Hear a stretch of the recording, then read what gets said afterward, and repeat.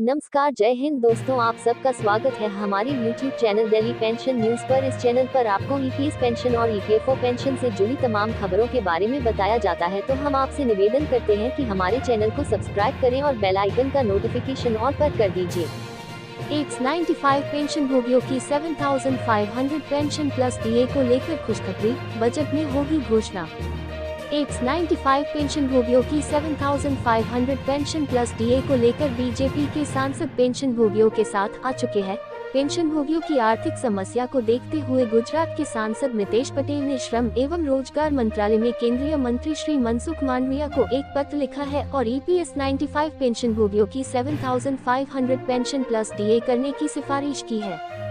क्या लिखा है पत्र में? गुजरात के सांसद मितेश पटेल ने लिखा है कि गुजरात के लगभग 1.5 मिलियन पेंशन भोगियों की समस्या से आपको अवगत कराना चाहता हूँ।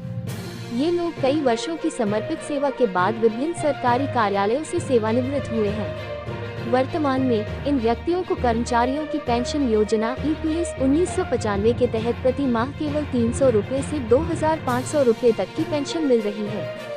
ये राशि वर्तमान आर्थिक परिस्थितियों में दूध जैसी बुनियादी आवश्यकताओं को पूरा करने के लिए भी पर्याप्त नहीं है। पेंशन भोगियों की मांग। पेंशन भोगियों ने अपनी मासिक पेंशन को कम से कम 7,500 रुपए किए जाने की मांग की है। इसके साथ ही वे महंगाई भत्ता, डीए और चिकित्सा भत्ता और अन्य सुविधाएं भी चाहते हैं। यह अनुरोध 7 साल पहले गुजरात में सेवानिवृत्त वृद्ध पेंशन भोगियों के संघ समन्वय समिति के राष्ट्रीय अध्यक्ष श्री राउत के साथ एक बैठक के दौरान विचाराधीन था, लेकिन इस मामले पर अब तक कोई प्रगति नहीं हुई है। X95 पेंशन भोगियों को होती है आर्थिक कठिनाई। मितेश पटेल ने लिखा है कि वर्तमान पेंशन राशि से इन पेंशन भोगियों की बुनियादी जरूरतें भी पूरी नहीं हो पा रही है। मौजूदा महंगाई के दौर में 300 रुपए से 2,500 रुपए प्रति माह की पेंशन से दवाइयाँ, खाने पीने की वस्तुएं और अन्य आवश्यक खर्चे नहीं उठाए जा सकते। इससे इन वरिष्ठ नागरिकों को आर्थिक कठिनाइयों का सामना करना पड़ रहा है। उनके लिए घर का किराया, बिजली का बिल और अन्य घरेलू खर्च भी मुश्किल हो गए हैं। पेंशन भोगियों की स्वास्थ्य संबंधी समस्याएं। अधिकांश पेंशन भोगी वृद्धावस्था में विभिन्न स्वास्थ्य समस्याओं से जूझ रहे हैं। इन समस्याओं का समाधान करने के लिए उन्हें उचित चिकित्सा सुविधाओं और भत्तों की आवश्यकता है। वर्तमान पेंशन राशि उनके चिकित्सा खर्चों को कवर करने में असमर्थ है, जिससे उनकी सेहत पर बुरा प्रभाव पड़ रहा है। कई पेंशन भोगियों को दवाइयों और नियमित स्वास्थ्य जांच की जरूरत होती है, जो वे अपनी वर्तमान पेंशन से नहीं करवा पा रहे हैं। सामाजिक और मानसिक पे नकारात्मक प्रभाव। आर्थिक तंगी और स्वास्थ्य समस्याओं के कारण इन पेंशन भोगियों के जीवन पर सामाजिक और मानसिक प्रभाव भी पड़ रहा है। वे अपने परिवार और समाज में खुद को बोझ महसूस करने लगे हैं।